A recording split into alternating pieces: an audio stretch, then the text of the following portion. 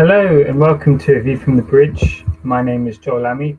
Delighted today to be joined by not T20 Blast all-rounder Benny Howell. Benny, how are things going for you today? All good. Yeah. Day off today, so son's a little bit ill at the minute, so I had to take him from school. But apart from that, it's all right. No, I'm obviously sorry to hear that. I guess probably enjoying your time off a bit more, having registered that first win of the season on Sunday. How much sort of relief was there to sort of get off the mark? Yeah, I mean, you want to get off the mark for sure. I mean, it wasn't an ideal start, but we were heading. It sounds a bit cliche, but we were heading in the right direction. Especially the game on Derby, I thought we played well. We just lost it in the power play. So the boys are actually in a really good place going into that game on the Sunday, and it showed. It showed on Sunday, and it was great to get a pretty convincing win. Just hopefully that rolls on to Friday and Sunday, two home games coming up. Yeah, obviously, there's 12 matches, so, I'm sure you don't panic after a slow start, but what's it like being part of that dressing room? Is there tension? Is there nerves? How do you kind of respond to a difficult start? Yeah, in past teams and in past years, for sure, you've had a bad start. There's certainly been tension. There's been blaming and all of this, but not here, not. I mean, if anything, I think Peter Moores keeps us on a very much a level and understanding where we're at and how we're playing, and trying to not ignore the results, but more look at the process of what we're doing. So obviously there are a few things we need to get right, but actually our attitude and the way we went about it was spot on. He knew the talent that the guys have and the work ethic that we have, that it will come good. And it's sort of, if you buy into that, you believe it, and you have to really. But the actual environment was really good building into the last game. So it was no surprises we won there. We were in a really good place. We sort of let go and we're free. So I mean, happy days. I mean, like I said, if we can keep that rolling on, all we got to focus on is the same thing, same work ethic, same attitude, and if we play our best, we'll win on Friday and we'll win on Sunday for sure. Oh, I very much hope so. Does anything need to be tweaked, do you think, for maybe the start to Sunday, or was it very much a case of we're on the right track? It's just maybe T20 is, a fickle game. A couple of overs here or there can make all the difference. Was it more that, or was there anything in particular that maybe you think maybe did need changing in terms of approach or tactics or anything? I mean, this last game we had it pretty much under control most of the game, so it went well. It's just if things don't always go that smoothly and the other team have a few big overs with the bat, then we just got to be really smart and not let that escalate and find ways to get out the over or take a wicket. And that's down to obviously the captain choosing the right bowlers at the right time, but also the bowlers making sure we bowl well in partnerships. And that doesn't mean just both bowling well. If one guy has a bad over, which happens in T20 cricket, it's not letting that come into the next over and the next over and the next over. And I think the attitude around in the team and the group of the fielders can actually help that. And then again, it's down to the execution of the bowler at the end of the day. And if you can do all of those things and they come good, then we'll be all right. Brilliant. And how are you finding things you settled in nicely? Being with the group, being with another team. How's that been for you? Oh, I've loved it. It's actually been this part. I mean, it's been short so far, but it's been one of my favourite sort of seasons, or part of a season of my career, really. I mean, just it's like I feel free. It feels like I sort of feel young again in a way. And I feel like the environment, the teammates and the coach and everything allows that to happen. We're all about improving everyone to get better as an individual, not just about winning trophies, even though that's the aim, but having that sort of mindset definitely makes you feel young again, makes you feel free. And actually you start performing a lot better if you do that. Yeah, and what made you decide to join Notts? Obviously, the last two seasons here haven't gone particularly well in the Blast. You're part of a Hampshire side who, been very successful, always challenging. Sort of, what kind of prompted you to make the change? Obviously, geographically, it's a big change as well. Yeah. Well, originally I wasn't thinking of it. I to be honest, there was a lot of change going on in Hampshire at the time. The new owners came in to take over not that they played any role in that, but I knew Eddie Burrell, who was coach there, I knew was going. I didn't know who was going to be coach. I knew the bowling coach at Graham Walsh was going. And it just didn't feel, I wasn't feeling like I wasn't getting the right opportunity at Hampshire, especially bowling enough overs when I was playing for them. It wasn't as enjoyable as I would have liked it to be. And I was just ready to move. And then I was playing for the Phoenix last year, and Steve Mullaney was coach of the women's side, and he came to me and heard I was moving. And he basically said, "Do you want to play for Notts?" And I was like, "Oh, well, yeah, obviously a big club." And then didn't think anything of it. And then I spoke to Peter Moores and set up a meeting, and then from there it was like, this club sounds amazing. And then obviously he talked about the history of the club and what the last couple of years with the T20 side, how the team's obviously been on a dip, but they've got a lot of young players in, improving each year, and it was just like the perfect setup for me, and it has just been so far been a great call. Yeah, absolutely. And did you have other offers, or when you heard about Notts' interest, was it, and you spoke to them, was it kind of a? No, there was. Well, as soon as I knew, I spoke to them. There was other offers, yes, but as soon as I spoke to them, I knew I wanted to be there. Yeah. Yeah. What are your thoughts about how the team can do this year? Do you think this is a team ready to win again? I mean, I believe we could. Yeah, I absolutely believe we can. I mean, it's incredibly hard to win, obviously. I mean, our goal is to get to finals day, and if you get to finals day, you give yourself a chance, right? At the minute, we're obviously behind the 8 ball, but still a long way to go. And if we can get 2 wins on the board before the break, then we're in a decent position. So I absolutely believe that the team that we have, and we haven't even got everyone there at the moment, absolutely that we can be in finals day. And like I said, anything can happen if we get to there. Yeah, absolutely. And who among the Notts players has caught your eye so far? Because obviously you wouldn't have probably played Notts very often. Anyone you've been surprised by, performance-wise, talent-wise?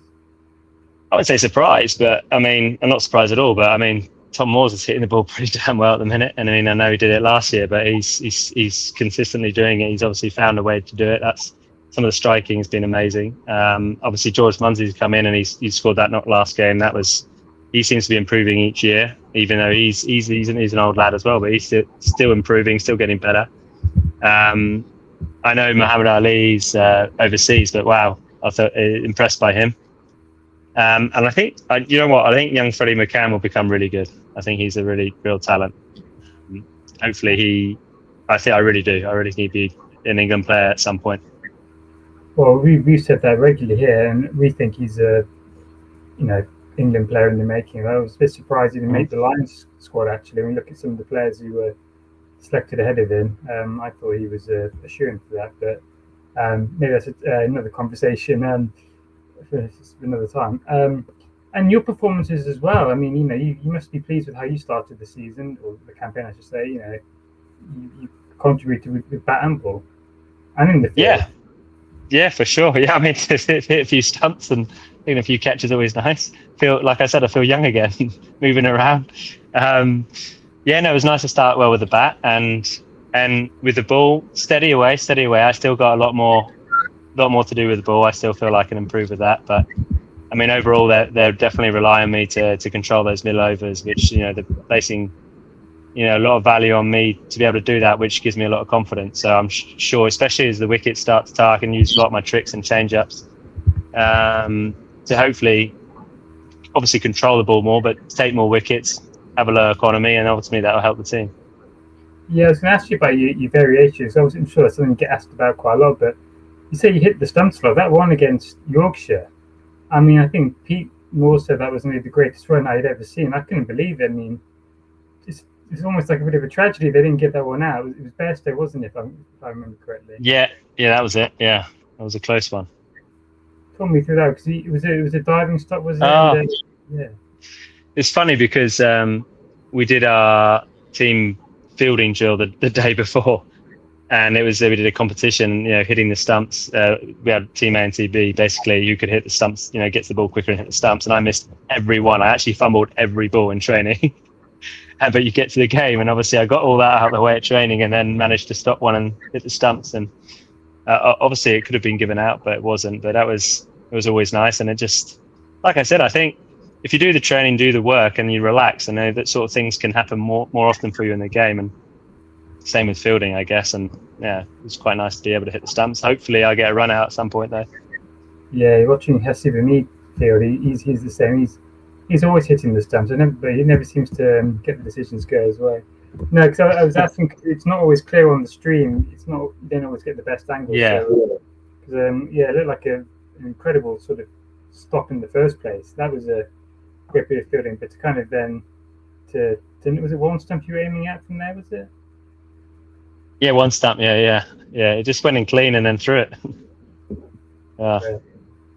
Never mind. We mentioned your variations. Now, obviously, the rumours are 50. Now, we know that's obviously not true. I think you kind of quashed that, but talk us through a bit about the different deliveries you've got, how many options you bowl, and how would you kind of describe your style of bowling? Because it is probably say it's unique among sort of people you see these days, isn't it? Yeah. It's a different one because I obviously run in more often than not like a medium pacer. So you think medium pacer, but to me, I know people know I'm bowling lots of knuckleballs and things like that. And knuckleballs obviously my main ball, so it's not a surprise. I'll probably see myself more as I don't know, like a fast spinner, flicker type of bowler. Not so much a deception in pace, more a deception of movement in the air.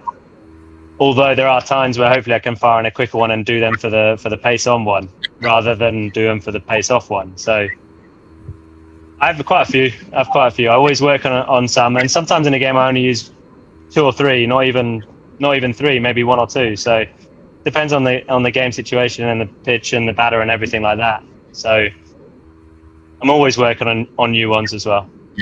Yeah, how many do you reckon you've got different deliveries you can bowl, would you say? Good question.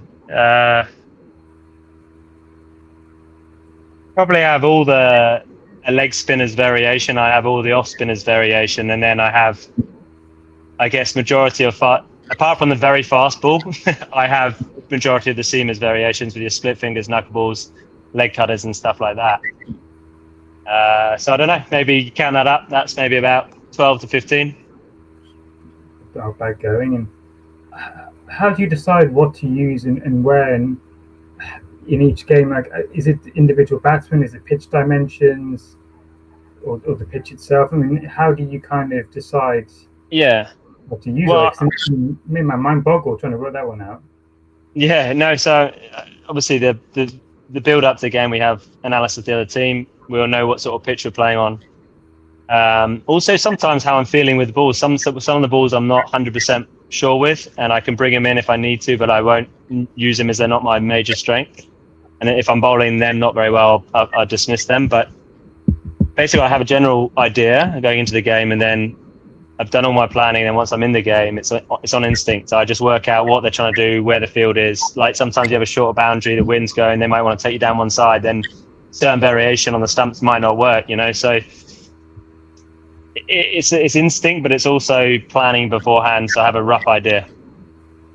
Brilliant. And I know obviously when you've been working on these different deliveries, you've spoken in the past about your ADHD and how that's kind of been one of your sort of secret weapon, because people who maybe aren't aware of it, it gives you sort of the ability to hyper-focus. So you can spend hours and hours sort of working on your craft and perfecting it.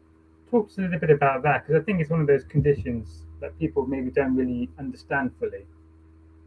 Yeah, there's lots to it. In regards to this, I'd say it's a strength and a weakness. So I'll be able to train for hours. Anything I love and I'm passionate about bowling and working on those things, I can do it for hours and hours, which is great.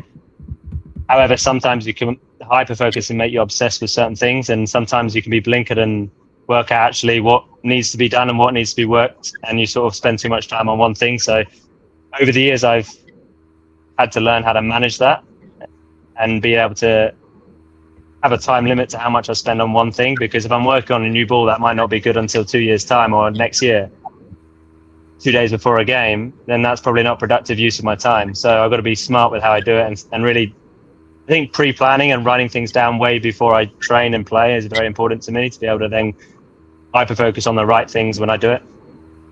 Yeah, brilliant. And a quick final question. You know, we've had lots of people tell us Pete Moores, as a coach, is one of the best out there, if not the best people have worked with. What's it like working with him? Because, you know, we hear such rave reviews about him. Yeah, he's the best coach I've worked with so far by a country mile. Yeah, Wow. he just wants. He's got so much inspiration, but it's not false inspiration. It's backed up by facts and stats, and like I said, he's won a number of things before, and his role as a coach is to get the best out of every single player, like make them improve. He wants every single player to get better, and it might be different for this guy over there or me or another person, but he wants to get everyone better. And ultimately, if he gets everyone better and then gelling as a team like that, I mean, that's what creates successful teams, because cricket's it's a team sport, but it's also very individual. If every individual is performing their role to their best of their ability, then the team has a great chance of doing well. So that's what he does. And he's just got that inspiration about him. Wow, that's considering how many coaches you wrote under, that's quite an endorsement. So Yeah. well, hopefully it means you'll want to stay here for longer than your 2-year contract anyway, because we've loved watching you play. We love watching, you know, your bowling, fielding, and your batting has all been top notch so far. So fingers crossed, it's going in, and the 2 more wins this week would be great. Well, thank you so much for your time. I know obviously you're on parenting duty today, so we'll let you get off. Yeah. Thank you to everyone again who's listened. We've had loads on the Substack as well. So keep tuning in, and hopefully we'll be back again very soon. I appreciate it. Thank you.